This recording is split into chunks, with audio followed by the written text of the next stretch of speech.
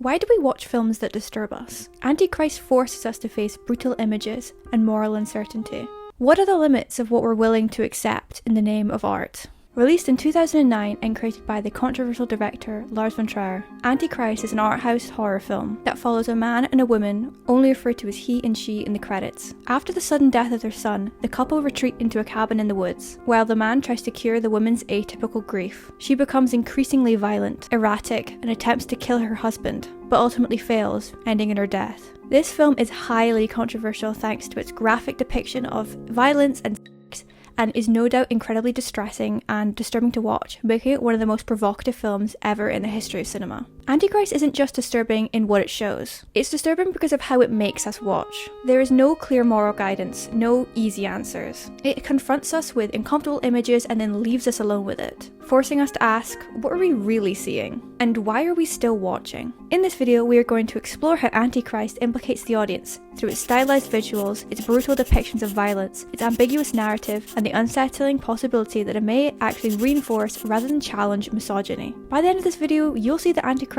isn't just a film about violence or grief. It's a test of what we're willing to accept in the name of art. Firstly, let's look at the prologue, as it's a great example of the film's use of stylized visuals to portray horrific events. This opening scene shows the couple engaging in certain activities, you know what I mean, while their toddler walks through an open window and falls to his death. The premise is already shocking, but the way this scene is filmed and stylized is what conjures these ethical questions. Through the use of slow motion, black and white images, and operatic classical music, the scene becomes highly aestheticized. I actually can't say that word. I'll write it down. With these stylized choices that evoke a sense of beauty, etherealness, and which you could argue add to the erotic nature of the scene. It is a scene after all. And this is in great contrast with the actual content of these images. As a spectator witnesses a small child slowly fall out of a window and hit the ground, but also graphic, simulated and unsimulated, placing the spectator in an awkward ethical position as we don't know how to react, we don't really know how to feel. Galt writes, "The monolithic baby monitor humorously foregrounds the ideological centrality of even the absent and invisible child, insisting that the shot's meaning resides in the spectator's awkward shutting between foreground and background. This shot is shown to the spectator just before the child escapes from his cot, and suggests that their son should have been at the forefront of the couple's minds, but instead they selfishly decide to put their own pleasure first, portraying them as distracted and irresponsible parents, to put it lightly. It is clear through this shot that the film is telling the spectator that the couple are acting immorally, ignoring their parental responsibilities and consequently not preventing the endangerment of their son. However, this message, I feel, is disrupted and undermined when transmitted through beautiful and aesthetic images, bringing into visibility something usually considered obscene, and simultaneously locating two opposing affective responses in the body part so unexpectedly revealed. These explicit shots, especially the unsimulated ones, being viewed while the spectator is also aware of the imminent peril of a young child, causes them to question what they are watching, simultaneously experiencing shock, guilt, and even disgust. This ultimately raises ethical questions about how death should be portrayed, as the scene does not contain clear and consistent moral guidance, both condemning the couple while also making a child's death stylized. The spectator must question these contradicting feelings and moral positions, since this film places the responsibility onto the audience. They're not telling you how to feel, you gotta decide yourself. I also want to introduce this concept of a disavowal, which represents a contract between spectator and screen that sustains the safety of the spectator, licensing a safe indulgence in the unreal. This describes the agreement between the spectator and the film, where one can view fictional images, pretend that they are real, but not feel or suffer the consequence of the consumption of such images if they were in fact real. However, in this scene, I don't think disavowal is possible, as the visuals are simply too shocking to passively consume. We can't view such extreme images passively without questioning what we're watching. Apart from the graphic, spicy content, Antichrist also features extreme violence, such as physical torture, genital mutilation, violence, and like the prologue, these relentless provocative images force ethical engagement. The meaning of these acts is once again left unclear, with the burden of interpretation placed upon the spectator, leaving them to question if the violence holds any meaning at all. Most of the violence is inflicted by the woman, either on her husband or herself. While the prologue is highly stylized, the rest of the film is shot with a handheld camera and limited music, key elements of Von Trier's directorial style. He is the co-founder of something called Dogma 95, or I don't actually know how to pronounce it, because it's a Danish filmmaking movement which favoured truth over illusion. Illusion describes the cosmeticized, decadent. It's actually just pronounced decadent. It's a common word. I think I'm an idiot and I can't fucking read. Sorry, you're gonna have to hear me pronounce it wrong.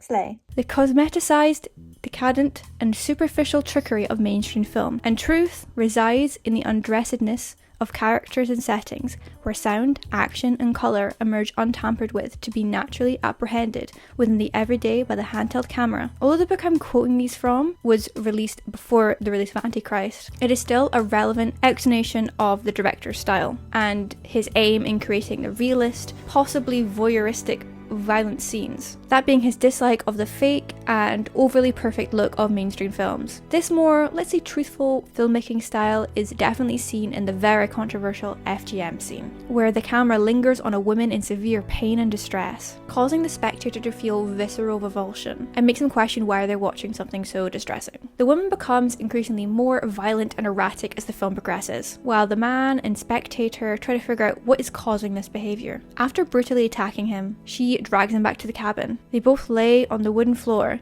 and the woman declares that she saw their son walk to the open window but ignored it. She then takes a pair of scissors, slowly brings them to her crotch area, and snips off a chunk. A certain chunk of down there that has something to do with pleasure, that's all I'll say. I'm not showing it to you. This scene has no music, only eerie ambient noise and the diegetic sound effects of said act, which adds to the realism of the scene and makes it even more uncomfortable. The combination of the realistic, horrific sounds and the unforgiving, extreme close-ups create an overwhelmingly immersive and horrific viewing experience. Even if the spectator takes their eyes off the screen, the sound alone is enough to cause severe discomfort. This deeply unpleasurable experience can be labelled as revulsion, which encourages an ethical engagement with the film, because by virtue of our watching the scene despite our lack of pleasure, we must ask why we are watching. In other words, the scene is incredibly shocking and disgusting, exacerbated by how sudden and fast it happens. So if a spectator decides to continue watching the film, they must question the ethics of said decision. As in, why am I putting myself through something so disgusting? Not as in if this is right or wrong, but why am I choosing to make myself so uncomfortable, essentially. As well as overwhelming feelings of disgust, the viewer is also left evaluating the meaning of this scene, as it does not give any consistent indication of the act's significance, leaving the viewer to decide whether it is mere spectacle and indication of the woman's psychosis or deserved self-punishment. The film places much responsibility on the spectator to decipher the meaning of these scenes, which can lead to problematic interpretations, as we will explore later on in this video. The director has claimed that he made the film without regard for logic or dramatic sense, and he did not give a clear explanation for his film's use of such provocative images of violence. The lack of discernible meaning behind the many extreme scenes in Antichrist has undoubtedly left spectators with a demanding burden of trying to interpret their possible significance within the film. This job can lead to some problematic conclusions, since the film's blurring of cinematic boundaries causes alignments with immoral characters. Some scholars have engaged with a feminist reading of this film, explaining that Antichrist is a lethal fight between rational thinking, as represented by the husband, and nature, as represented by the wife, and that it's a critique of the spectator's gaze and drive to reveal, uncover, and unmask the woman. The plot particulars of Antichrist also characterize the drive for knowledge as an explicitly masculine mode of looking. These readings position the woman as a misunderstood character, a symbol of feminine nature, and the man as unsympathetic rationality, who will never truly understand his wife. For them, the film is a critique of the spectator's insatiable desire for narrative certainty. Therefore, the film's ambiguity is purposeful, and effective in causing frustration, by preventing both the man and the spectator from understanding the root of the woman's distress. This feminist reading suggests that Antichrist manipulates the spectator into identifying with the man's desire to comprehend the woman, and critiques our willingness and even compulsion to do so. Woman's nature cannot be understood by man, and we should stop trying to rationalize everything, is what I think these feminist interpretations are trying to say. But honestly, reading all those articles was so much more confusing than actually just watching the film. Anyway, this identification grows more troubling after the woman's death by the husband's hands, as the spectator's alignment with the man may cause complicity in violence against women. If by the finale, the audience believes that the woman was unfairly persecuted by her husband, but followed the narrative alongside the very person who killed her, then the spectator must confront the possibility of having supported gender-based violence, leaving them to question the ethical responsibility of their gaze. Have I just rooted for a bad guy?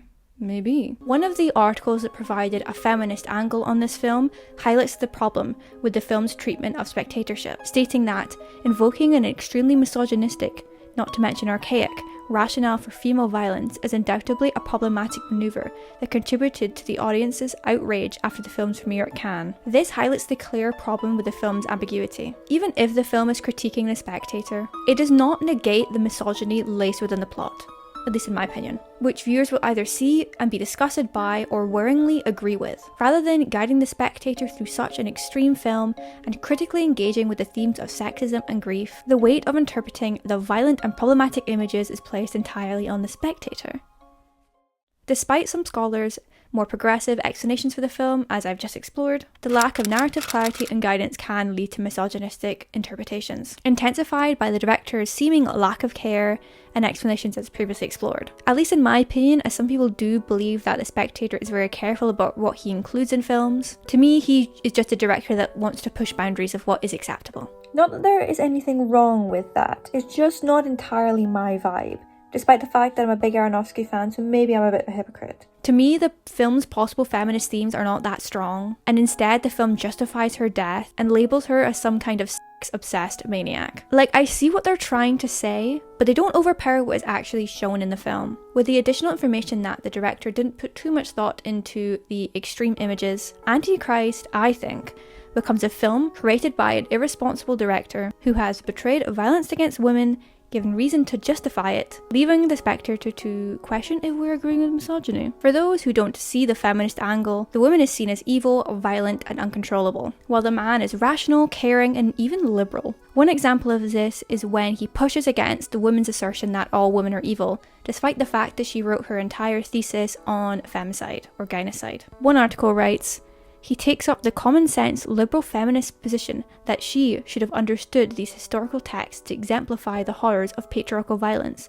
The spectator is primed to take his side." This shows that even more socially progressive viewers are encouraged to see the man as the protagonist and the woman as the antagonist, further proving the idea that the film portrays the misogynistic belief that men are rational and that women are irrational. We are forced to question if we are siding with the man. We are endorsing him, or in other words, the narrative structure of the horror film has manipulated the spectator to support gynocide. Furthermore, despite some scholars stating that the woman's death was unjustified in the film, as explored in the feminist readings, this assessment ignores the way that Antichrist manipulates us into believing that she's evil. Something that I forgot to mention that really adds on to this idea that the film is clearly not wanting us to sympathise with the woman is the fact that she SAs her husband multiple times. Like, you cannot try to tell me that I'm supposed to sympathise with her because she's clearly shown to be like a bad person. Firstly, it is revealed through an autopsy report that their son had deformed feet. And through flashbacks, we see the woman putting the wrong shoe on the wrong foot on her son and ignoring his cries of pain. Notably, when the woman is confronted on this, she just says that it must have been a slip of the mind that day, and it's very weird. However, since the film provides us with multiple images of this happening, this statement appears contradictory, but since no direct explanation for this is given, it is left once again ambiguous, as in the audience doesn't know if this act was intentionally malicious or not. One article concludes that, as spectators watching how the boy cried when his mother puts on his shoes wrongly, we interpret her action as sadistic, suggesting that some may view the woman as a reckless child abuser, who likely did not care much for her son, which provides more reason for the spectator not to like her. On the other hand, some may interpret this as a woman so depressed she struggled to take not only care of herself, but care of her son. This could lead to sympathy for the woman's internal battle, while others will not forgive her for causing long-lasting damage to her son's feet. It's a moment that leaves a lot hanging, and depending on how you read it, it either deepens your empathy or justifies your suspicion. You are forced to question if the film is manipulating you into hating on a mentally ill woman who simply needs help, or is instead showing the true colours of a deeply evil person. Additionally, a flashback is played near the end of the film where it reveals, maybe,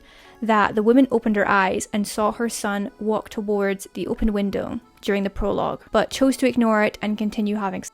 This scene portrays her as completely absorbed by her own pleasure. Von Trier lets the camera dwell endlessly on her ecstatic face, implying that she was not ignorant of her child's endangerment, but that she intentionally chose her own pleasure over his safety. With the ambiguity of the narrative, it's up to the spectator to decide whether this is further malevolence or is thrown in by the director to contribute to the narrative uncertainty. As explored, the difference between exposing an idea and pushing it is incredibly blurry. It is said that the line between a representation perpetuating or critiquing conventional myths, merely unfolding or instead shattering them, it's a thin one, perhaps based upon the rigour or optimism of certain theorists or the quirkiness of certain writers or filmmakers. Antichrist fits well into this idea. Lars Von Trier is a filmmaker whose arthouse style and controversial use of extreme imagery, particularly involving women, has led to polarising opinions of not just Antichrist but all of his films. Scholars and critics who admire his work may focus on the film's more feminist or regressive themes, being blinded by their biases, while others will find the offensive narrative more apparent. I think that this suggests that Von Trier's supposed critique of spectatorship is overshadowed by how he chooses to carry it out.